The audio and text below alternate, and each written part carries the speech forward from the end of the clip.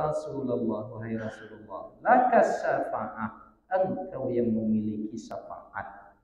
Lakas syafa'ah ya Rasulullah, wahai Rasulullah, wa hadza matlabi, dan inilah yang aku minta. Jika kata para ulama memukul rebana saja menjadi ibadah karena motivasinya bahagia dengan kedatangan Nabi, apatah lagi ekspresi kebahagiaan itu dibuat dengan majelis maulid Nabi yang isinya adalah bacaan Quran, yang isinya adalah ceramah pengenalan tentang Nabi, berteladan kepada kehidupan Rasulullah, diingatkan kita untuk mencintai kembali Nabi Muhammad.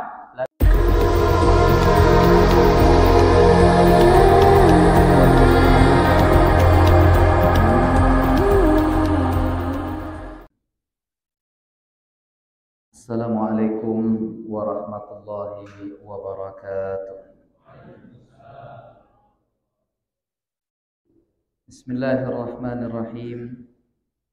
Alhamdulillahi rabbil alamin, hamdal hamidin, hamdal mustaghfirin. Assalatu wassalamu ala asrafil anbiya'i wal mursalin, sayyidina wa habibina wa qurrati a'yunina wa tibbi qulubina wa syafi'ina Muhammadin wa ala alihi wa sahbihi ajma'in. Masalah klasik, tetapi setiap tahun selalu diulang dan dibahas, lalu dijelaskan hukumnya oleh para ulama. Jadi boleh pula permasalahan ini kita anggap atau kita masukkan dia dalam masalah-masalah yang berulang setiap tahunnya ke persoalan kontemporer. Apa dia Bapak Ibu sekalian yang dimuliakan oleh Allah? Yaitu tentang al-ihtifalu bi dzikra maulidir Rasul sallallahu alaihi wasallam, yaitu peringatan atau mungkin perayaan dengan kelahiran Nabi kita Muhammad sallallahu alaihi wasallam. Boleh tidak kita merayakannya? Boleh tidak kita memperingatinya? Karena setiap tahun masalah ini dibahas dan ada sementara kalangan yang mencoba membawa persoalan ini dengan dibenturkan kepada generasi Rasulullah dan para sahabat, di mana mereka tidak pernah merayakan atau memperingati lahirnya Nabi Muhammad sallallahu alaihi wasallam. Jadi masalah ini ketika mereka bawa dengan alasan seperti itu, maka akan lahir kesimpulan hukum, mereka anggap ini adalah bid'ah. Jadi kalau bid'ah, dhalalah, sesat, wa kullu dhalalatin finnar, dan setiap yang sesat-sesat itu di neraka.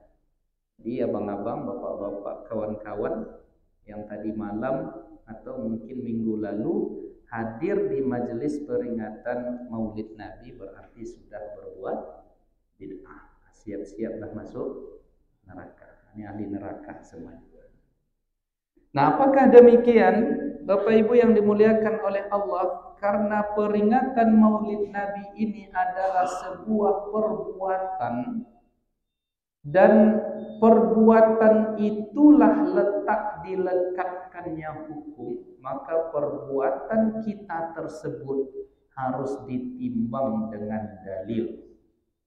Jadi ada persoalan yang disebutkan oleh dalilnya secara nas, secara tegas, terang benderang disebutkan secara langsung, itu namanya nasson, teks yang mudah untuk disimpulkan hukum. Jadi Allah menyebutkan ketika kalian melakukan perjalanan, maka boleh kalian mengqasar salat yang tadinya 4 rakaat menjadi 2.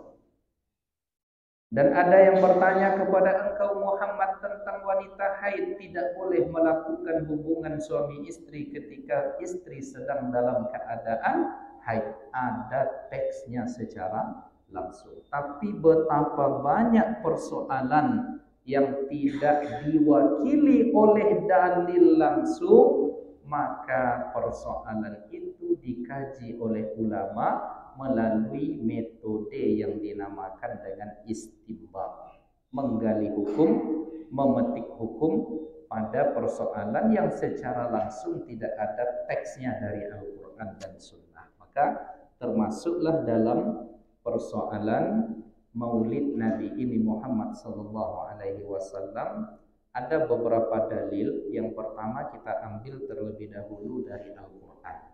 Apa kata Allah Subhanahu wa taala? Qul bi fadlillah wa bi rahmatihi falyafrahu huwa khairum mimma yajma'un. Katakanlah wahai Muhammad, bi fadlillah, dengan karunia dari Allah, wa bi rahmatihi, dan dengan rahmat dari Allah, falyafrahu, hendaklah mereka berbahagia, huwa khairun mimma yajma'un. Kebahagiaan dengan nikmat dari Allah, dengan rahmat dari Allah, itu lebih baik bagi mereka dari segala dunia ini yang mereka kumpulkan. Jadi di dalam ayat itu ditafsirkan oleh Ibnu Abbas. Ibnu Abbas ini adalah sepupu Rasulullah. Nabi pernah mendoakan beliau ini, ya Allah, faqihhu fid din wa 'allimhu ta'wil. Ya Allah, jadikanlah Ibnu Abbas ini mengerti tentang persoalan agama dan mengerti dia tafsiran yang ada di dalam Al-Qur'an. Jadi Ibnu Abbas menafsirkan ayat yang kita baca tadi, qul bi fadlillah. Kata-kata bi fadlillah itu diterjemahkan oleh Ibnu Abbas, maknanya adalah ilmu. Jadi hendaklah kalian dengan ilmu yang Allah berikan kepada kalian berbahagialah. Kenapa? Karena semakin bertambah ilmu, semakin dekat dengan yang memberikan ilmu, yaitu Allah Subhanahu wa taala, semakin barokah hidup kita. Maka kita disuruh oleh Allah untuk berbahagia. Lalu wa bi rahmatihi, dan dengan rahmat dari Allah berbahagia pula. Apa makna wa bi rahmatihi? Ibnu Abbas mengatakan maknanya adalah Muhammadun sallallahu alaihi wasallam, yaitu Nabi Muhammad. Artinya berbahagialah kalian dengan ilmu yang Allah berikan kepada kalian, dan berbahagia pula lah dengan Nabi Muhammad yang diutus oleh Allah kepada kalian. Artinya Bapak Ibu sekalian, ketika kita duduk bermajlis dalam memperingati Maulid Nabi itu, motivasinya diantaranya adalah kebahagiaan kita dengan kelahiran Nabi Muhammad sallallahu alaihi wasallam. Tak ada motivasi lain Bapak Ibu. Kita cari uang di majelis itu, tak ada uang. Kita cari dunia, tak ada dunia. Kita cari pangkat, tak ada pangkat dalam majelis itu. Tetapi majelis itu kita buat sebagai sarana dalam rangka untuk bahagia dan mensyukuri nikmat dari Allah, karena Allah sudah mengutus Nabi Muhammad sallallahu alaihi wasallam kepada kita. Jadi itu dalil umumnya yang menjadi landasan kita memperingati Maulid Nabi Muhammad sallallahu alaihi wasallam. Oh, para sahabat tak pernah memperbuat maulid. Para sahabat tak pernah berkumpul memperingati Maulid Nabi Muhammad sallallahu alaihi wasallam. Sekarang mari kita lihat pada informasi yang disampaikan oleh sahabat Nabi yang bernama Abu Sa'id Al-Khudri. Diriwayatkan oleh Imam An-Nasa'i, hadisnya sahih. Suatu ketika Nabi Muhammad pergi ke Masjid Nabawi, lalu dia dapati di Masjid Nabawi tadi, di pojok-pojok Masjid Nabawi itu ada sekelompok sahabat yang sedang duduk-duduk, 7-10 orang. Lalu Nabi berhenti bertanya kepada mereka, ma ajlasakum, apa yang menyebabkan kalian duduk bersama di sini? Lalu para sahabat tadi menjawab, kun naq'udu nazkurullah. Wahai Rasulullah, kami di sini duduk sekarang dalam rangka berzikir mengingat Allah. Wa nahmaduhu ala ma hadana lil Islam, dan kami memuji Allah karena Allah sudah memberikan hidayah Islam kepada kami. Jadi kami duduk sekarang ini berzikir, mengingat kebesaran Allah, menyukuri Allah Ta'ala karena Allah sudah menjadikan kami orang-orang muslim. Terbuka kalbu kami menerima Islam ini ya Rasulullah. Itu yang kami syukuri. Lalu yang kedua kata para sahabat, wa manna alaina bika, dan kami juga duduk di sini selain berzikir, bersyukur atas hidayah dan nikmat Islam, kami bersyukur kepada Allah disebabkan Allah sudah mengutus engkau kepada kami. Makanya kami duduk-duduk di sini ya Rasulullah, karena kami bersyukur kepada Allah, engkau sudah diutus kepada kami, maka kami ekspresikan kebahagiaan dan kesyukuran kami itu dengan duduk berzikir kepada Allah karena Allah sudah mengutus engkau menjadi nabi kami dan kami menjadi umat. Lalu Nabi mengomentari, apakah benar itu tujuan kalian duduk di sini? Kata Rasul, benar, tak ada motivasi lain ya Rasulullah, kata para sahabat. Lalu Nabi mengatakan, lam astakhlifkum tuhmatan fikum. Saya tidak meminta kalian bersumpah tadi apa tujuan dan motivasi kalian duduk di sini, tetapi ketika saya mengarah ke masjid ini tadi, atani Jibril, datanglah Jibril kepadaku, kata Rasul. Lalu Jibril mengatakan kepadaku, innallaha yubahi bikumul malaikata, Allah membanggakan kalian yang duduk di sini di hadapan seluruh malaikat. Subhanallah. Jadi kalau kita duduknya di dalam majlis Maulid Nabi itu kan motivasinya bersyukur kepada Allah. Bahagia atas karunia Allah diberikan kepada kita Nabi Muhammad. Kenapa kita bahagia? Karena kita menjadi umat Nabi Muhammad, potensi masuk surganya besar. Apa sebab? Karena kita disediakan syafaat oleh Nabi kita Muhammad sallallahu alaihi wasallam yang itu diizinkan oleh Allah. Man zalladzi yashfa'u 'indahu illa bi'idznih. Jadi ini dalil yang kedua. Jadi insyaallah tidaklah bid'ah Bapak Ibu. Ya, silahkan tetap duduk di majelis, ya, di majelis Maulid Nabi. Lalu dalil yang terakhir dari sekian, ada sekitar puluhan dalil yang bisa kita uraikan, tetapi karena keterbatasan waktu, yang ketiga, suatu ketika Nabi Muhammad pergi berangkat berperang berjihad fisabilillah. Beliau menunggang kuda. Lalu setelah itu beliau kembali dari jihad, dari peperangan tadi, tiba-tiba sebelum dia turun dari kudanya, sebelum ia sampai ke depan rumahnya, dia dihadang oleh seorang wanita yang dia adalah seorang budak. Jadi ada seorang budak wanita yang menghalang Rasulullah SAW. Lalu Nabi heran, ini kok saya ada yang mau mendemo ini? Ya, lalu ternyata perempuan tadi mengatakan, ya Rasulullah, inni nazartullaha in raddakallahu saliman. Saya bernazar kepada Allah, wahai Rasul, apabila Allah kembalikan engkau dalam keadaan selamat, tak kurang suatu apapun dari jihad perjuangan peperangan ini, an adriba baina yadaika bidufi. Saya bernazar untuk memukul rebana gendang di hadapan engkau ya Rasulullah. Lalu apa kata Nabi? Ya silahkan, ya, pukullah gendang. Jadi dipukulnya rebana itu di hadapan Rasulullah SAW. Jadi rupanya Bapak Ibu menyambut orang, baik pulang haji, baik pulang sekolah, ya dari tempat yang jauh, atau apapun namanya, menyambut dengan rebana itu adalah sunnah. Di kampung saya, orang yang pulang naik haji itu atau umroh disambut dengan rebana, dipukul rebana tadi. Ternyata sejak zaman Nabi itu sudah ada. Jadi kalau ada orang yang mengharamkan tradisi itu, berarti dia tak baca hadis ini. Nah, lalu mengomentari hadis ini datanglah seorang ulama ahli hadis yang bernama Mulla Ali Qari. Apa kata beliau?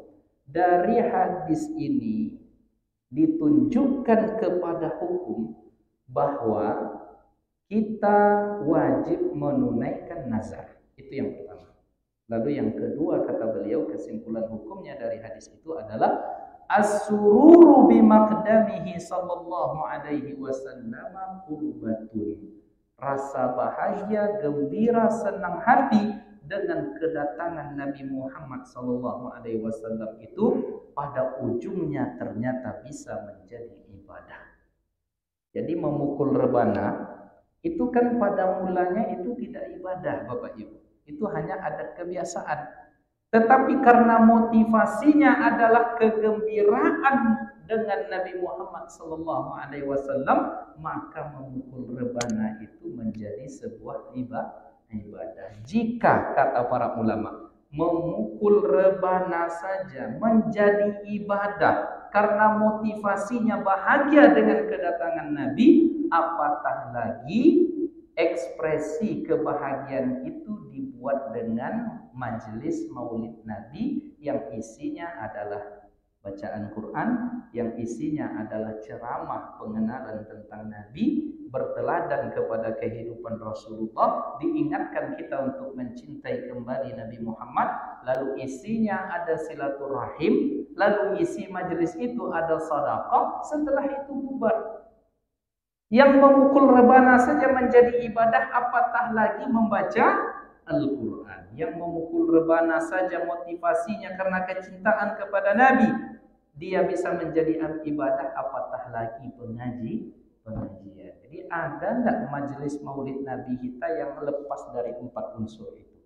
Pertama baca Quran, yang kedua ceramah, majelis ilmu, yang ketiga silaturahim, berjumpa seluruh kaum muslimin yang ada di sekitar majelis tempat itu diadakan. Lalu ada sedekah, ada makanan yang kita cicipi, ada orang bersedekah. Ibu-ibu, sebaik-baik sedekah adalah saqyul ma, memberikan minum adalah sebaik-baik sedekah. Apatah lagi yang dibawa gulai kambing.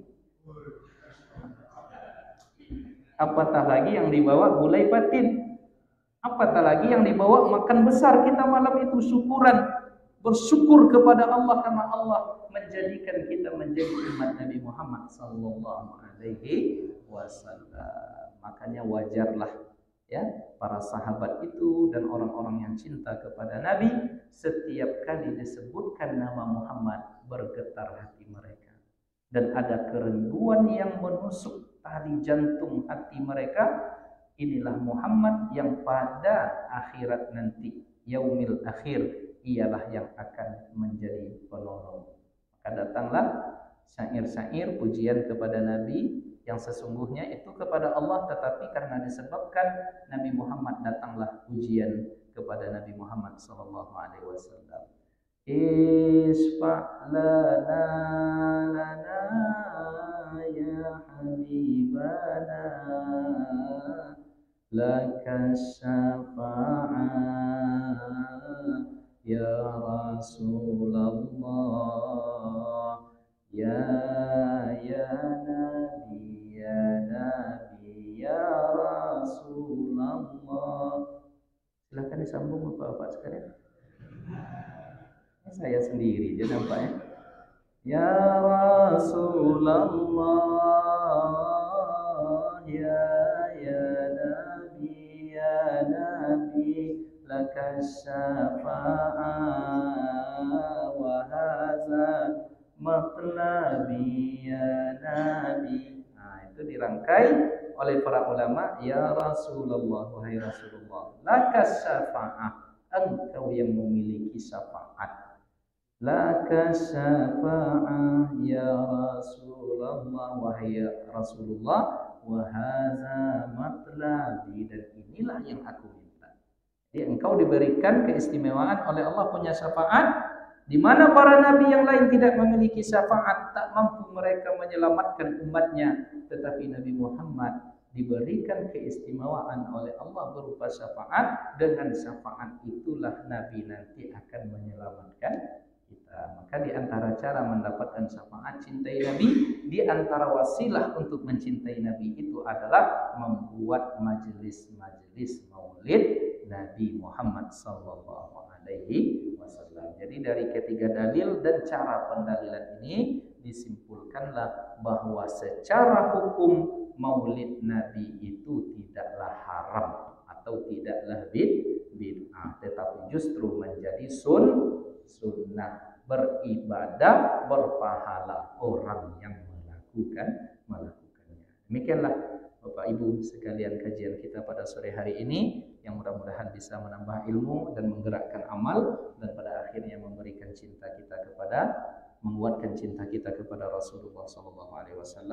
Mohon maaf tidak ada tanya jawab karena setelah ini saya ada agenda penting. Kita tutup dengan doa kafaratul majelis. Subhanakallahumma bihamdika nasyhadu an la ilaha illa anta nastaghfiruka wa natubu ilaik. Allahumma shalli ala sayyidina Muhammadin salatan taghfiru laka ridaan wa li haqqihi ada'a wa akhiru da'wana alhamdulillahi rabbil alamin. Taqabbalallahu minkum wa minkum ya karim. Wassalamualaikum warahmatullahi wabarakatuh.